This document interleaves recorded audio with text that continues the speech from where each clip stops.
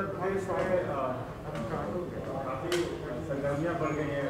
बहुत दिनों से इंतजार था कि योगी जी कहाँ से चुनाव लड़ेंगे। उनको गोरखपुर से तय हुआ है कि वो चुनाव लड़ेंगे अपनी अपनी जमीन पे। क्या कहना है? पहले तो मीडिया के ज़रिए ये बात फैलाई गई थी कि वो अयोध्या से लड़ेंगे, फिर अचानक ये मालूम हुआ कि वो गोरखपुर से लड़ेंगे।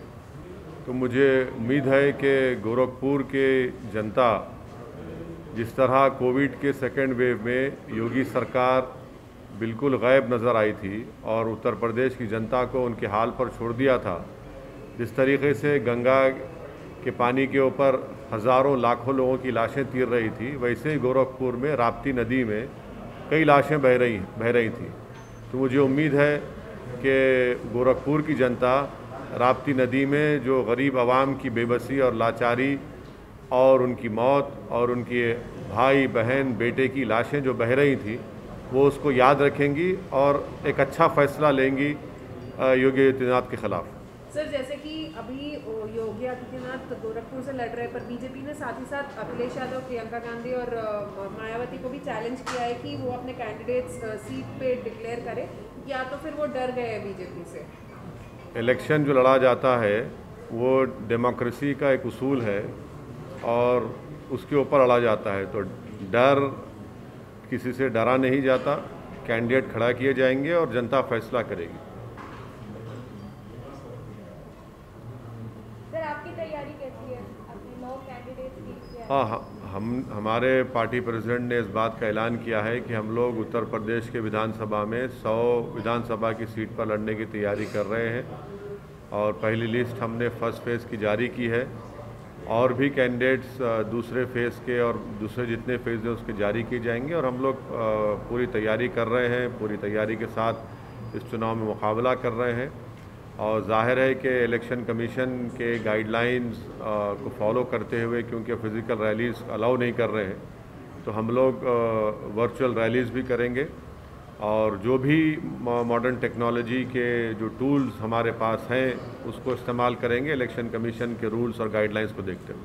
सर, आपकी रैलियों में काफ़ी तादाद में भीड़ इकट्ठा होती है। ये भी कहा जाता है कि आपकी रैलियों में भीड़ लाई नहीं जाती, खुद इकट्ठा होती है और आपको यूपी में रिस्पॉन्स भी मिल रहा है। ऐसी स्थिति में जब इस तरह के रिस्ट्रिक्शंस लगे हैं, तो आपको नहीं लगता कि आपको नुकसान होगा जो आप फिजिकल रैलियाँ नहीं कर रहे हैं? नहीं, तो देखिए, हम अकेले तो नहीं है। हर पॉलिटिकल पार्टी को इलेक्शन कमीशन ने कह दिया कि फ़िज़िकल रैलीज अलाउ नहीं करेंगे। तो जब किसी को अलाउ नहीं कर रहे हैं तो फिर उसका दूसरा तरीक़ा ये है कि वर्चुअल रैली करें, सोशल मीडिया पे और डिजिटल मीडिया पे अपने प्रेजेंस को बढ़ाएं और वो कोशिश करेंगे। और इलेक्शन कमीशन ने और भी सहूलत दी है कि अगर एक हॉल होगा उसमें 50% कैपेसिटी पर आप वहाँ पर मीटिंग कर सकते, तो वो भी हम लोग देखेंगे। हम अकेले पार्टी तो नहीं है इसमें, सब पार्टीज़ हैं उसमें, तो जाहिर है सबको इस बात की तकलीफ़ है कि फ़िज़िकल रैलीज़ नहीं हो रहे हैं। मगर अब जो भी है, अब हमको उसको इस्तेमाल करके आगे बढ़ना है, अपने पैगाम को पहुँचाना है। और मुझे यकीन है कि जो हमने पिछले 4-5 महीने में मैंने करीब 60 के करीब सभाएँ की है, उसका भी अच्छा असर होगा।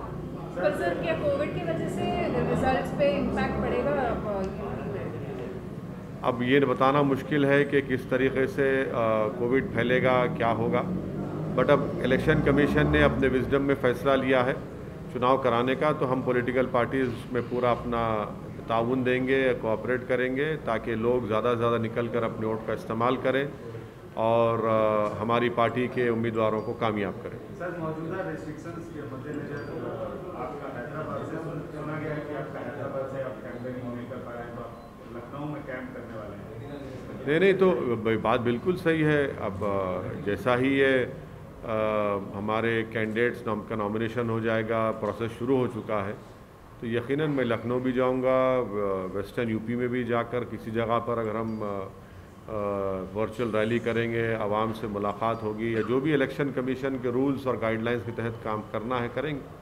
सर, वही पुराना सवाल जो आपके बारे में कहा जाता है कि आप उत्तर प्रदेश में बीजेपी को जिताने के लिए इतनी मेहनत कर रहे हैं, न कि अपनी सीटें। अब ये तो इल्ज़ाम ज़िंदगी भर मुझ पर लगता रहेगा, इसकी मुझे कोई फ़िक्र नहीं है। सवाल ये पैदा होता है कि 2014 में, 17 में, 19 में क्यों उत्तर प्रदेश में बीजेपी जीती। मेरे इस सवाल का जवाब कोई नहीं दे पा रहा है। इसलिए नहीं दे पा रहा है कि सच्चाई ये है कि ये तमाम नाम निहाद सेकुलर पार्टीज़ बीजेपी को हराने में नाकाम साबित हुई हैं। और ये भी कोई नहीं बता पा रहा है कि 2019 में MIM पार्टी सिर्फ 3 लोकसभा की सीट लड़ी तो बीजेपी कैसे 306 के ऊपर जीत जाती है। तो ये सब सवालात हैं। ये बुखलाहट का शिकार और फ्रस्ट्रेशन का शिकार होकर इनको अपनी शिकस्त नज़र आ रही है। इनके पास खुद आइडियोलॉजिकली और इंटेलेक्चुअली कैपेसिटी नहीं है बीजेपी को हराने की, तो इसीलिए मजलिस पर इल्ज़ाम लगाते हैं। सर, एक सीनियर जर्नलिस्ट ने आर्टिकल लिखा है कि आप थोड़ा यूपी इलेक्शन नज़दीक आया, थोड़ा स्लो हो गए, आप उतने तेवर, उतना आक्रामकता नहीं रह गई। नहीं तो उनको अपनी राय का हक हासिल है। वो सीनियर कितने हैं, जूनियर कितने, मुझे उससे परवाह नहीं है। लोग लिखते रहते हैं। अब उनको खुशी हो रही है या पेट में दर्द हो रहा है मेरे को नहीं मालूम, और हम तो अपना काम कर रहे हैं और करते रहेंगे। Sir, NCPCR writes to DM Sharanpur stating that complaint received against Darul Uloom Deoband's website and unlawful and misleading fatwas being issued by them.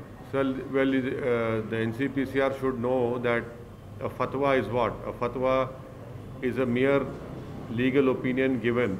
It does not have any legal according to legal significance. It is an opinion given by the ulama and the scholars, and then they have the right to give it. The Supreme Court also had mentioned it in many cases. It's only a legal opinion that has been given, and if they are indulging in such behavior, it clearly shows that they have some vested interest in this. Sir, Imran Masood जो कांग्रेस छोड़ के SP की तरफ गए पर उनको वहाँ पे भी टिकट नहीं मिली, तो क्या MIM उनसे बातचीत कर रहे हैं इमरान मसूद से? नहीं, इमरान मसूद साहब से हमारी कोई कांटेक्ट नहीं है, ना उनसे कोई बातचीत है। हाँ, ये बात सही है कि वो समाजवादी पार्टी में गए और उसके बाद जो मीडिया की इत्तलात हैं कि वहाँ से भी उनको इज़्ज़त और उनका मुकाम नहीं दिया गया।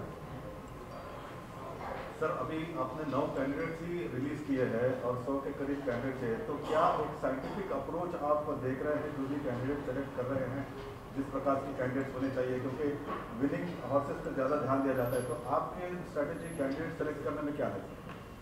देखिए, कैंडिडेट के सिलेक्शन में कोई साइंटिफिक अप्रोच ज़्यादा स्ट्रांग वर्ड हो जाता है पॉलिटिक्स में, पर यह है कि ज़ाहिर है हमारे पार्टी से लोग काम करते आए हैं, जो वाबस्ता रहे हैं और जो अच्छा मुकाबला कर सकेंगे, जो जीत सकेंगे, और उसमें बहुत से हर असम्बली कॉन्स्टिट्यूंसीज़ में मुख्तलिफ कंसिडरेशन होते हैं। उन तमाम को सामने रख कर ही एक फ़ैसला हमारी पार्टी के ज़िम्मेदारों ने लिया है और अच्छा फ़ैसला लिया है। Sir, all India Muslim personal law board ने आपको लेटर लिखा sir? All India Muslim personal law board नहीं लिखा मुझे लेटर, वो गलत बात है। All India Muslim personal law board का कॉन्स्टिट्यूशन क्लियर है, वो पॉलिटिक्स में इन्वॉल्व नहीं होता। तो आपको ये बात समझने की ज़रूरत है। कई मरतबा हम ये कह चुके हैं कि पर्सनल लॉ बोर्ड सियासत से, अमली सियासत से उसका कोई ताल्लुक़ नहीं है, ना वो उनका पोजीशन है। सर, कांग्रेस चीफ पंजाब के कांग्रेस चीफ पूरे non rule BJP states governments minister से मुलाकात कर रहे हैं एलॉन मस्क के जो कंपनी सेटअप के ट्वीट के ऊपर, और पहला इनिशिएटिव यहीं से लिया गया, KTR ने किया था। आप इस पर क्या? मैं वेलकम करता हूं जनाब KT रामाराव साहब ने जो टेस्ला कंपनी को दावत दी तेलंगाना में आने की, यहाँ पर उन्होंने फैक्ट्री खोलने की, और स्टेट गवर्नमेंट ने ये कहा है कि वो हर तरह से सहूलतें देंगी, हर तरह से उनको मदद करेगी ताकि टेस्ला की फैक्ट्री भारत में तेलंगाना में शुरू हो। मैं वेलकम करता हूँ KTR के स्टेटमेंट का। उम्मीद करते हैं कि टेस्ला अगर भारत में अपनी फैक्ट्री को क़ायम करेगा तो तेलंगाना एक प्रोग्रेसिव स्टेट है जहाँ पर सबसे बड़ा एक इन्वेस्टमेंट डेस्टिनेशन बना हुआ है और इंफ्रास्ट्रक्चर और हर एतबार से बेहतरीन जगह है। उम्मीद करते हैं कि जो उन्होंने वेलकम किया है वो एक हकीकी रूप इख्तियार करे तेलंगाना में टेस्ला आकर। सर, उनका डिमांड्स डिफरेंट है और ये स्टेट्स मिलकर पॉलिटिक्स करना नहीं हो सेंटर के खिलाफ, तो जो भी डिसीजन लिया जाए मिलजुल के लिए। सिर्फ नॉन बीजेपी रूल स्टेट्स ही उनको इनवाइट कर रहा है। तो बीजेपी रूल स्टेट्स भी इनवाइट करिए, कौन रोक रहा है उनको? कौन रोक रहा है भाई? टेस्ला आना चाहिए ना इंडिया में, क्यों नहीं? बुरी बात क्या है आने में? क्या सिर्फ चीन से इंपोर्ट बढ़ता रहेगा क्या भारत का? इतना ट्रेड डेफिसिट पैदा हो चुका है कि हिस्टोरिकली एक हिस्टोरिक हो गया है, तो सबसे ज़्यादा इंपोर्ट चीन से हो रहा है। तो क्यों नहीं टेस्ला आने में क्या है, जब गवर्नमेंट बोल रही है कि इलेक्ट्रिक व्हीकल्स की प्रमोट करेंगे, पॉलिसी बनाए हैं, तो यकीनन कोशिश करनी चाहिए। Anything on alliance, sir? Are you looking for smaller parties to align with you? Only time will tell, but as of now we are completely geared and ready to fight the election. If it happens, we'll let you know. Sir, anything on Malegaon? Nothing. It is now the ball is in NIA court. It is the NIA's duty to do justice to the people who have died in that bomb blast.